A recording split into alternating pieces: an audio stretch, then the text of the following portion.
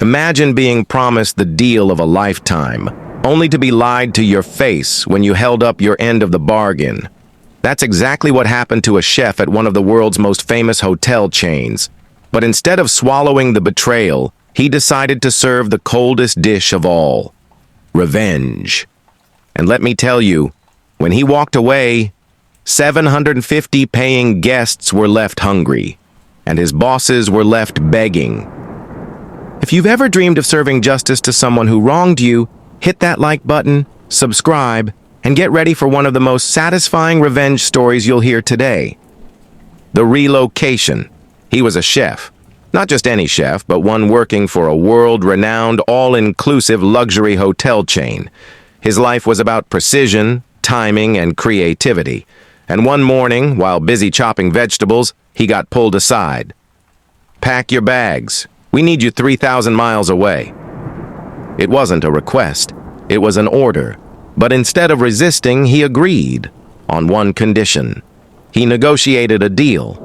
After fixing the labor issue at the other hotel, he would have his pick of any location he wanted. The agreement seemed solid. After all, he was doing them a massive favor.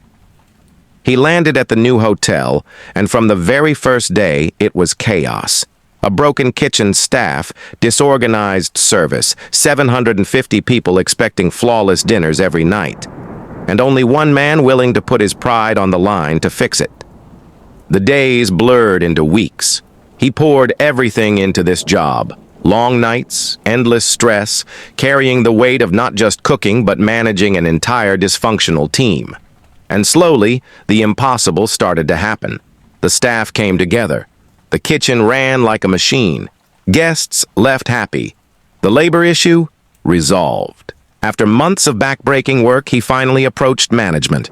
"So, about our agreement, I've held up my end.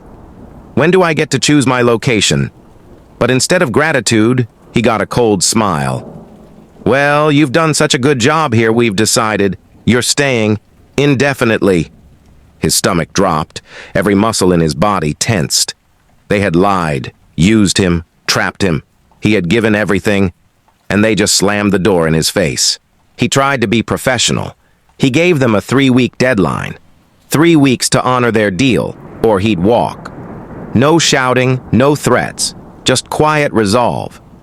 3 weeks passed. Nothing, no transfer, no updates, no respect. That's when he decided. If they thought he was powerless, they were about to learn just how much power one man had.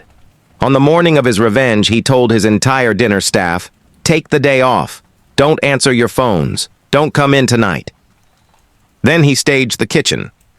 Chopped onions soaking in pans, herbs floating in water, garlic sizzling just enough to fill the air. To anyone passing by, it looked like a normal prep day, like dinner for 750 guests was on schedule, but it wasn't. At 4:30 p.m., the moment the dinner rush usually began, he didn't put food on the stoves. He didn't rally the staff. Instead, he picked up his bags, walked out of the kitchen, and headed to the lobby. Word spread fast. Guests started arriving for dinner, hundreds of them, all prepaid.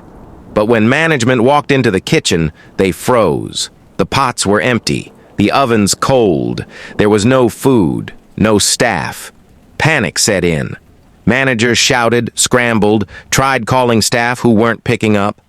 Then they spotted him in the lobby, calm as ever, suitcase by his side, waiting for his ride. One of the managers rushed up, red-faced and desperate. "If you walk out right now, you'll never work for this company again." He didn't flinch. He smiled, shook the manager's hand, and said, "Goodbye." Then he walked out, leaving 750 hungry guests and a management team facing the disaster of their careers. That night became infamous. Guests demanded refunds. The hotel's reputation took a hit.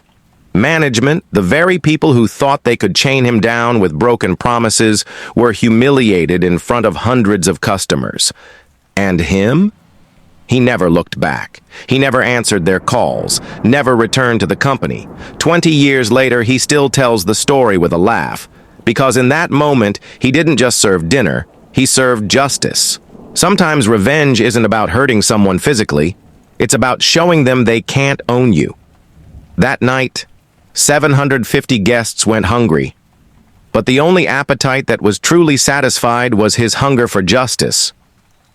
If this story gave you chills, smash that like button and tell us in the comments what's the most satisfying revenge you've ever witnessed. And don't forget to subscribe for more true stories where justice is finally served.